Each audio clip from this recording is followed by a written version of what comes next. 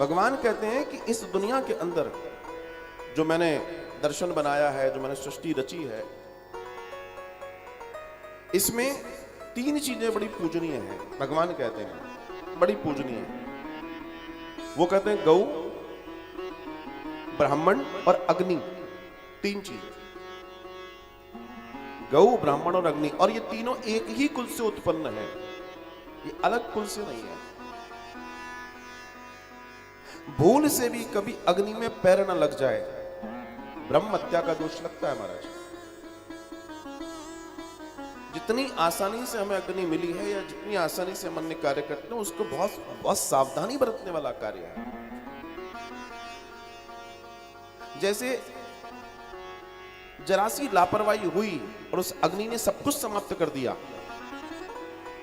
ठीक उसी तरीके से जरा सी लापरवाही से भगवान श्री कृष्ण के पूरे कुल का नाश हो गया। ये मुझे बताने की जरूरत नहीं है, लेकिन भगवान कहते हैं, इसलिए उन्होंने अपने निकट इनको रखा है। जब आप घर में भी भगवान को दीप देते हैं तो आपके सारे कार्य एक तरफ हैं। आपने चंदन दिया या दिया नहीं दिया, उससे एक अलग बात है। लेकिन आपको मालूम है, आपके द्वारा दीप प्रज्वलन से परमात्मा प्रसन्न हो जाता है, प्रसन्न हो जाता है। सिर्फ दीप प्रज्वलन से उसे वो सब मिल जाता है, क्योंकि अग्नि में सब कुछ शामिल है। एक दूसरा, आपके यहां गरुड़ घंटी है। अगर सिर्फ घंटी है, आजकल मॉडर्न एज है, तो लोगों के यहां सिर्फ घंटी है। मॉडर्न एज वाले लोग हो गए, उनके यहां सिर्फ घंटी है।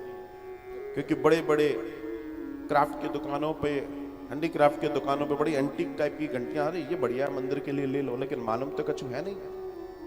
इतना मालूम है घंटी, लेकिन ना जाओ पीछे, उस घंटी के ऊपर या तो गरुड़ जी बैठे हैं या नंदी जी बैठे हैं। क्यों बैठे हैं, किस लिए बैठे हैं, क्यों विराजित हैं? जब भी आप पूजा करें, अगर गरुड़ घंटी आपके यहाँ, नंदी घंटी आपके यहाँ, उसको भी आपको पूजना है। क्यों पूजना है? क्योंकि आपकी जगह पर वही भगवान की पूजा करते हैं। कितने लोगों को वेद मंत्र आते हैं, कितने लोगों को प्राणों की जानकारी है, परिषदों की जानकारी है? नहीं है ना। तो जैसे ही हम मंदिर में वो पूजा करके गरुड़ घंटी, गरुड़ जी को सब मालूम है। तो दर्शन है, जब गरुड़ घंटी बजाएंगे तो जितने मंत्रों की, जितनी स्तुतियों की जरूरत भगवान को है, वो सारी गरुड़ घंटी बजाने से पूर्ण हो जाती है, और उसका फल आपको प्राप्त होता है। उसका फल आपको प्राप्त होता है।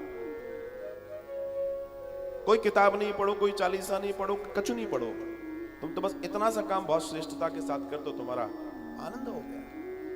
दो चीजें, एक दीपक ये, और तीसरा, अगर अभिषेक आदि इत्यादि कर रहे हो तो आपको विशुद्ध गैया मैया का दुग्ध मिल जाए। हम लोग तो बहुत सारी माया हमने खुद इकट्ठी कर ली है। हम कहते हैं ना, माया के चक्कर में हम कौन से मायापति से कम है। हमने भी बड़ी भारी मायाएं अपने आसपास इकट्ठी कर ली है।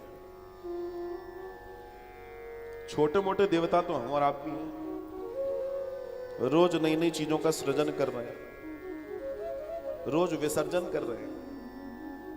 ये भी हो जाए, ये भी हो जाए, अब फिर कुछ दिन बाद नहीं, ये अच्छा नहीं है, इसको हटाओ।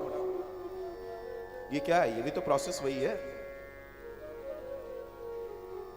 तो इस तरीके से सुरभि गौ माता के द्वारा भगवान का जो अभिषेक हुआ, जो पूजन हुआ, तो गौ माता के द्वारा अभिषेक होने से, पूजन होने से भगवान का एक और नाम पड़ा तत्काल ही, और वो हुआ गोविंद। गौ द्वारा वंदना करने से वे गोविंद कहलाए। कोई भी सनातनी पूजा हो, कोई चाहे शिवाभिषेक हो, चाहे कोई अभिषेक हो, चाहे भगवान राम हो, कृष्ण हो, आदि इत्यादि हो, किसी भी पूजा में गौमाता के दुग्ध के अलावा किसी दुग्ध की मनाही है।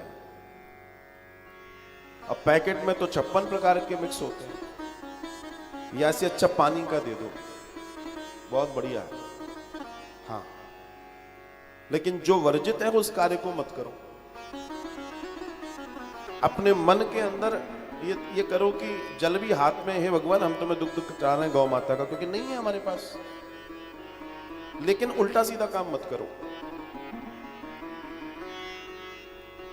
भाई हमारे को खाने को नहीं मिल रहा, हम भूखे हैं, हम कचरा थोड़ी खा जाएंगे इस रोड से उठाकर, पत्थर थोड़ी खा जाएंगे।